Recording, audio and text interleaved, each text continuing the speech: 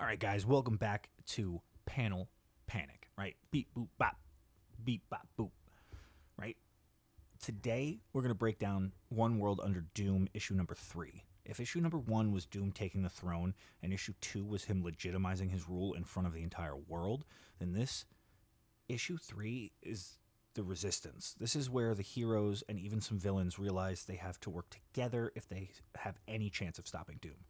But, as we'll see, the real theme of this issue isn't just about power. It's about promises. It's about why people follow someone like Doom, and whether you can even fight someone who doesn't just conquer by force.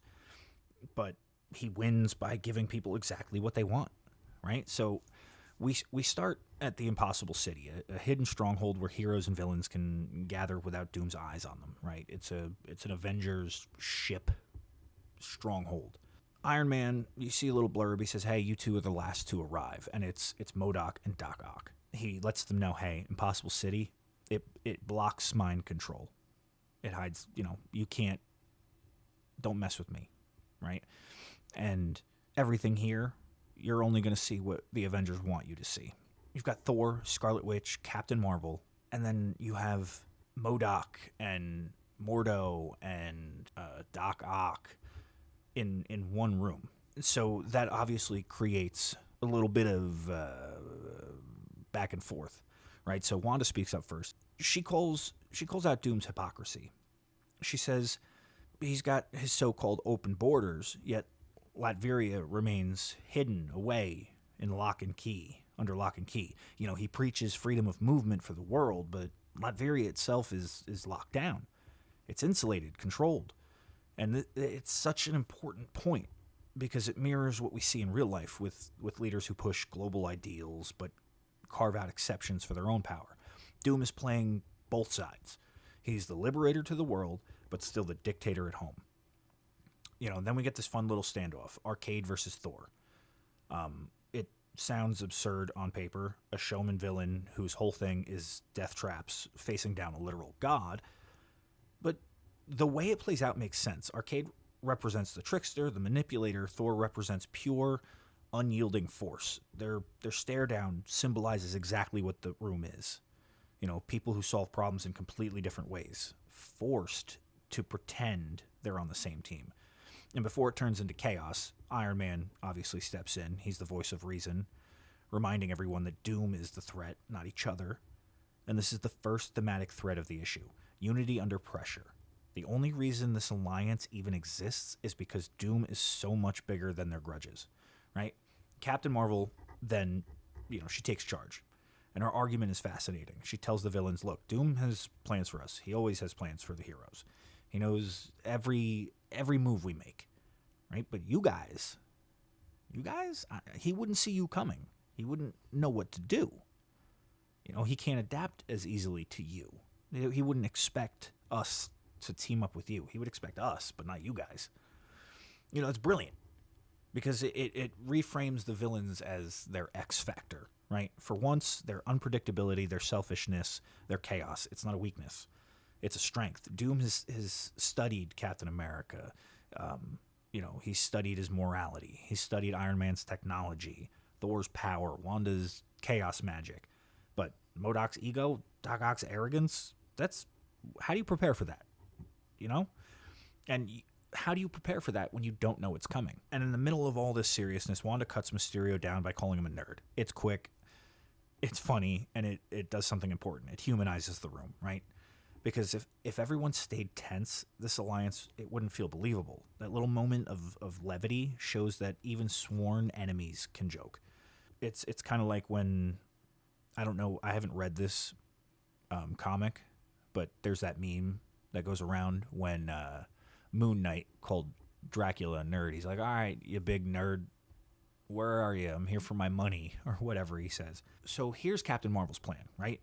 She's going to gather the magic users and dive into the minds of, the world leaders.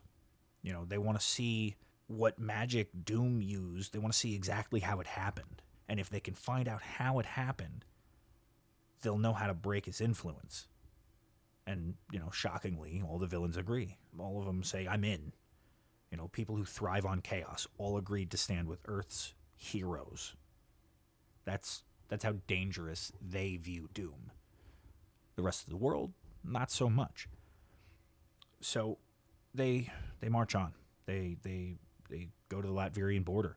This is one of those epic splash moments. All these titans lined up together. You got Thor, Captain Marvel, Captain America, but I think it's the Sam Wilson Captain America. Right? You got Vision, Iron Man, MODOK, Doc Ock. People who would never fight side by side otherwise. And they unleash everything: lightning, repulsors, psychic blasts, brute force, and nothing happens. Doom's magical barrier doesn't even budge. And this is the second big theme. Brute force alone, it's not going to beat him. You can hit him with everything you've got, but if you don't understand the system he's built, you're just punching a wall. Which, I mean, if I punched a wall, nothing would happen, but if Iron Man punched a wall, it'd be pretty effective. So now that I say that, it sounds silly. But regardless, Iron Man asks Vision, he's like, hey, can you break in? It's your go. And Vision, he tries to adapt using he's like, hey, I've come across this before, and I wasn't able to do anything, but if I try to adapt, maybe. And Doom just stops him dead in his tracks. He's like, hey, no need.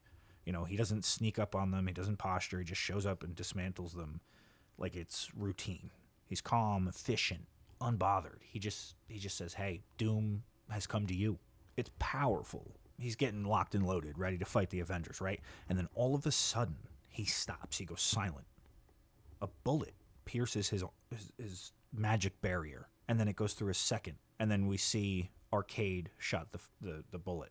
And then we cut back to Doom.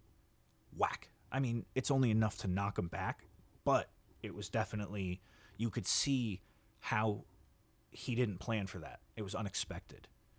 He planned for everything else, but a bullet, it's powerful. It shows Doom is still human. He's got his sorcery, all his armor, all his grandstanding, but sometimes he doesn't plan for everything. And then right behind him, Mysterio, I think it's Mysterio, puts one of those shredders that eats metal.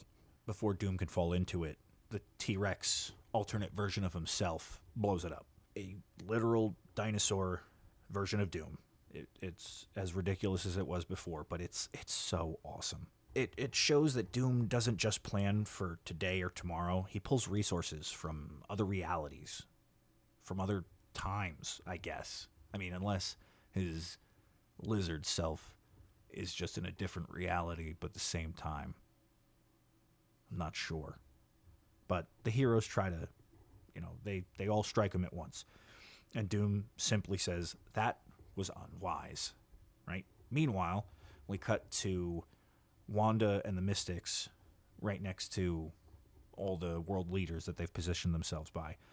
And they say, count of three. And Wanda says, she asks everybody if they're in position. And she's talking to Mordo. And she goes, Mordo, I am the Scarlet Witch. If you're trying to trick me, I will know. And like a kid, he folds instantly. He's just like, all right, never mind. She counts down to one. She goes 3, 2, 1. And when they finally connect with the leaders' minds, Wanda delivers a chilling truth. Doom hasn't been casting spells or building mind control machines or holding anybody hostage. The only time he used his powers was to be in more places at once at the same time. Everything else he gained through promises, whether it's, security, for health, for revenge. He just told people what they wanted to hear. He tailored his message to each group, right? And that's why they followed him. There's no spell to break, no machine to smash. Doom isn't tricking the world, he's fulfilling it. And here's the real world parallel. This is how authoritarian leaders rise in history, not because people are brainwashed, but because they're promised the things they most desire: safety, prosperity, someone to blame. Doom embodies that perfectly. But back in the fight, Doom explains this directly. He says people wanted this world. He didn't impose tyranny against their will. He gave them exactly what they asked for, and that's what makes him terrifying. Because you can't punch away an idea. You can't defeat a wish with fists, right? All of a sudden, Doom's like, hey, actually, the raft, all the big prison you built back off the coast of New York, right? Villains are about to escape. they're the worst villains are about to break free, and all the Avengers are like, this is a trick, right? And he's like, no, it's not. And they say, I don't want to play this game. They're debating whether or not they should attack Doom or go and solve the raft problem. They're saying, we're not going to be used so that people can see us fighting alongside of you on TV. And Doom just snaps. He just snaps his fingers, and they're all at the raft. And that's where he scores another propaganda victory. The Avengers and the villains work together with Doom, maybe under Doom, under his orchestration, if you look at it through a propaganda eye. They contain the breakout, and the world sees it. The headlines write themselves. Doom unites heroes to save, and villains to save the world. And then we cut to Doom giving a speech, right? He's at the podium. Doom thanks the Avengers for seeing the error of their ways. He says, they originally attacked me, but eventually they saw the error of their ways, and even though they teamed up with the villains, like they stooped so low, Doom is willing to forgive. Right? He frames it as reluctant allies who finally admitted he was right. It's just more propaganda. And just when you think it's done, right? Doom standing at that podium, right, and behind him is this hall, not like a hallway, but like a hall, like an auditorium, right? It's an auditorium setting. I don't really know where it is. He's giving that speech, and all of a sudden the background turns to space. We see a word bubble appear, and we don't know who it is. It just says, "The power of the Sorcerer Supreme, and this trifling is what Doom does with it. Become a sniveling politician."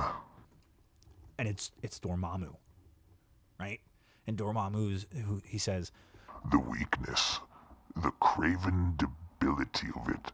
He plays like a child with the power of his title, ignorant of its abilities, which suggests he may not even be aware of them. By the absent horror, yes, the spells Earth Sorcerer Supreme must maintain, those that protect and secure Earth from the grasp of my dark dimension, they lie in ruin.